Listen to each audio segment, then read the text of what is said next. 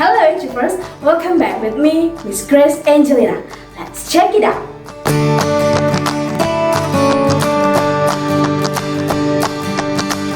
Kali ini kita akan membahas tentang akun. Pasti kalian masih asing nih dengan kata akun. Sekarang kita akan bahas apa sih itu akun. Akun merupakan tempat mencatat terjadinya perubahan kekayaan perusahaan, atau bahasa sederhananya tempat mencatat terjadinya transaksi keuangan perusahaan. Umumnya, akun terbagi menjadi dua nih, yaitu akun real dan akun nominal. Apakah itu? Ini dia. Pertama, kita akan bahas tentang akun real terlebih dahulu. Akun real adalah kelompok akun nyata dan pada umumnya berwujud fisik atau akun yang tercatat pada laporan neraca. Akun real terbagi atas 3 golongan atau disingkat dengan HUM, yaitu akun harta, utang, dan modal. Akun real disebut juga sebagai akun permanen. Mengapa disebut demikian? Karena saldo akhir akun real akan menjadi saldo awal di periode berikutnya. Misalnya, saldo akhir perlengkapan tahun buku 2009 sebesar 50 juta akan menjadi saldo awal bagi tahun buku 2010 dengan besar yang sama, 50 juta. Nah, sekarang kita akan bahas satu persatu tentang pembagian akun real. Yang pertama, akun harta. Dengan istilah akuntansinya aktiva. Harta adalah kekayaan perusahaan yang dikuasai oleh perusahaan sebagai akibat dari peristiwa masa lalu. Dari harta tersebutlah perusahaan mengharapkan manfaat ekonomi di masa depan. Manfaat ekonomi di masa depan dari pemilikan harta dapat berupa harta tersebut digunakan baik sendiri atau bersama-sama dengan harta lain untuk menghasilkan barang dan jasa yang dijual perusahaan. Yang kedua, harta tersebut dipertukarkan dengan harta lain. Yang ketiga, harta tersebut digunakan untuk menyelesaikan utang. Dan yang terakhir, harta tersebut dibagikan kepada para pemilik perusahaan. Selanjutnya, harta dibagi lagi menjadi 5 jenis. Yang pertama, harta lancar.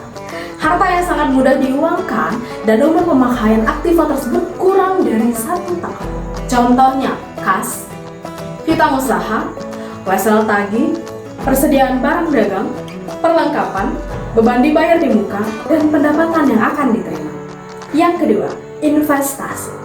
Sejumlah harta milik perusahaan yang diinvestasikan dalam perusahaan lain atau dalam bentuk surat berharga dengan tujuan untuk memperoleh keuntungan atau bunga.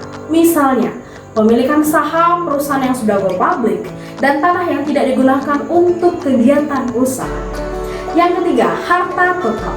Harta perusahaan yang umur ekonomisnya lebih dari 1 tahun dan dapat digunakan berkali-kali.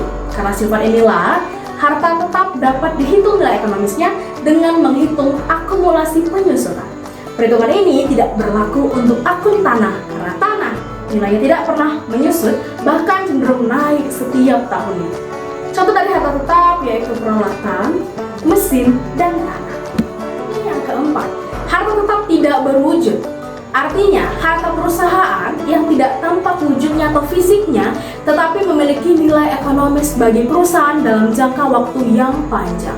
Contohnya goodwill atau nama baik, hak paten, hak cipta, dan formula khusus pembuatan barang tertentu atau biasanya disebut dengan franchise. Dan yang terakhir, yang kelima, harta lain-lain yang tidak dapat dikelompokkan ke dalam harta tetap maupun harta lancar. Contohnya, barang konsinyasi atau barang titipan yang biasanya kita temukan di dalam minimarket seperti Indomaret, Alfamart, bahkan Giant dan Lotte Mart. Selanjutnya kita akan bahas pembagian akun real yang kedua, yaitu akun utang. Istilah akuntansinya liabilitas atau kewajiban. Kalian sudah biasa pastinya dengan kata utang dalam kehidupan sehari-hari ya. Utang dalam akuntansi adalah kekayaan perusahaan yang berasal dari pihak ketiga yang diperoleh biasanya dengan melakukan pinjaman. Utang dibedakan lagi menjadi 2, yaitu utang jangka pendek dan utang jangka panjang. Pertama, kita akan bahas dulu utang jangka pendek. Artinya utang yang harus segera dilunasi paling lambat dalam 1 periode akuntansi. Contohnya, utang usaha, wesel bayar, pendapatan diterima di muka, dan beban yang masih harus dibayar. Yang kedua, utang jangka panjang.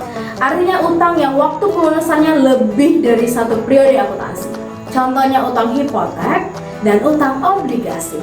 Selanjutnya kita akan bahas modal atau istilah akuntansinya ekuitas. Modal merupakan hak residual atas harta perusahaan setelah dikurangi semua utang. Atau sederhananya, modal sama dengan harta dikurang utang. Yang diperoleh dari rumus dasar akuntansi, harta sama dengan utang ditambah modal. Yang akan kita bahas di materi pertemuan berikutnya. Contoh dari modal.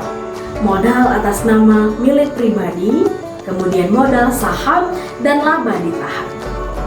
Itulah selengkapnya tentang pembagian akun real. Sekarang kita akan bahas tentang akun nominal yang terbagi menjadi dua, yaitu akun pendapatan dan beban. Berikut penjelasannya. Kita akan bahas dulu tentang akun pendapatan. Pendapatan merupakan sesuatu yang diperoleh dari kegiatan perusahaan dari satu periode tertentu, baik dari kegiatan utama perusahaan maupun dari kegiatan lain. Contoh pendapatan utama perusahaan yaitu pendapatan jasa. Contoh pendapatan lainnya, pendapatan bunga bank. Selanjutnya, kita akan bahas tentang akun beban atau biaya. Beban atau biaya merupakan penurunan manfaat ekonomi selama suatu periode akuntansi tertentu.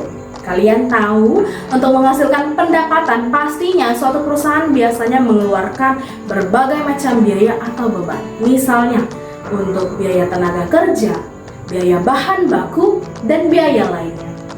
Beban terbagi lagi menjadi dua, yaitu beban operasional dan non-operasional. Contoh beban operasional misalnya beban gaji, beban iklan, beban penyusutan, dan lain sebagainya. Sedangkan contoh beban non-operasional yaitu beban bunga. Sekian penjelasan materi tentang akun real dan akun nominal. Kiranya kamu dapat memahami segala bentuk materi dan contoh yang telah Miss berikan. Selanjutnya, kamu dapat mengerjakan latihan yang sudah Miss share di aplikasi Edmodo. Mari, kerjakan dengan sebaik-baiknya. Tetap semangat. Bye, student!